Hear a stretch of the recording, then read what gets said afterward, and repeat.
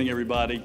I've got some notes here that I want to go through just to talk about what's been going on in Costa Rica. It's hard to believe. 18 years ago, we as a church embarked on a mission trip, and 17 years ago, was walking through church over at New Hanover, and this gentleman named Jesse Atkinson, that people probably know and love, stopped me in the hall and said, "Hey, we're going to be going to Costa Rica in January. You want to go?" And I said yes for some reason. I still today don't know why. No, that's not true. I do know why. And it really is because over the years, it's just been miraculous to watch what God has unveiled, with his master plan for the work that's being done there. And Macie's going to talk about Camp Hope, which will tie directly into that. But just a couple more things that I want to point out.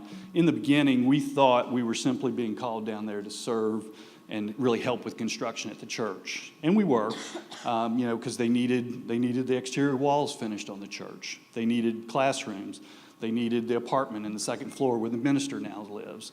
They needed accessible handicapped bathrooms, which we helped them with.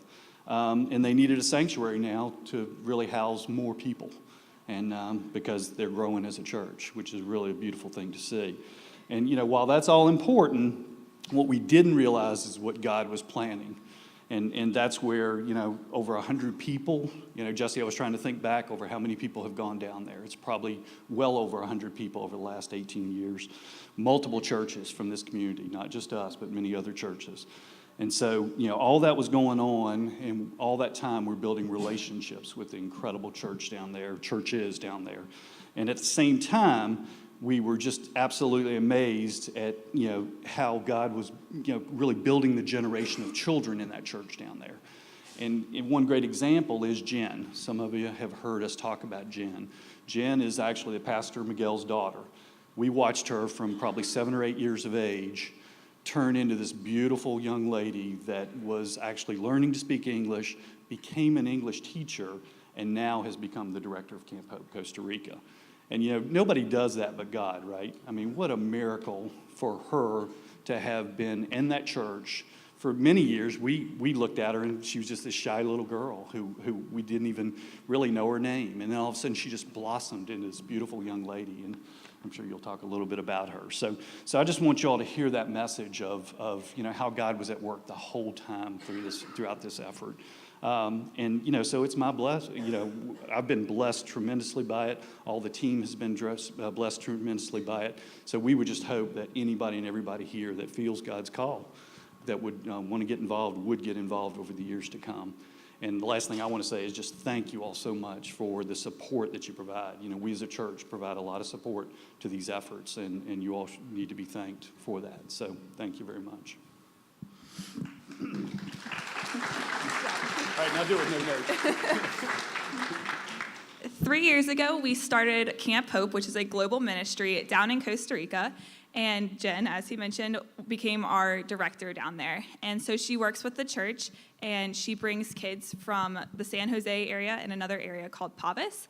And we bring these kids from areas that are really hard, and they don't often have time to understand the love of Christ, and they don't always get a chance to hear it. So we take these kids out of their everyday life, and we give them a chance to hear about God and how much he loves them, and just to have a week away from worries and struggles that no kid should have to deal with.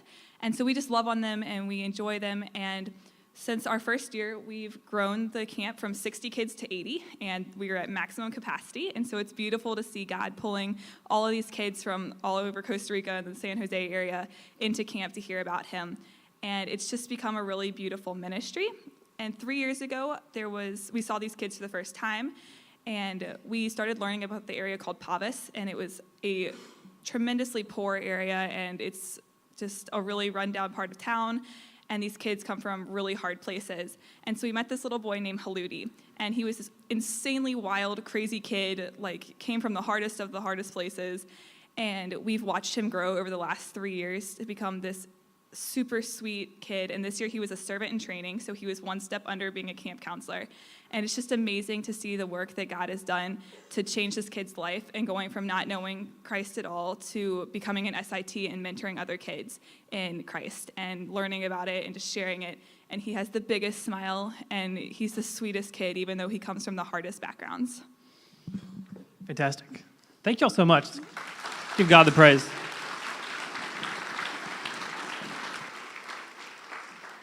If you would like to learn more about what's happening in Costa Rica or how you can be a part of it in 2 Sundays, so on the 25th, there's going to be a lunch immediately following the service here at Oak Knoll, where you can come, you can learn more, you can hear from the team about what they experienced and how you might be able to be a part of it.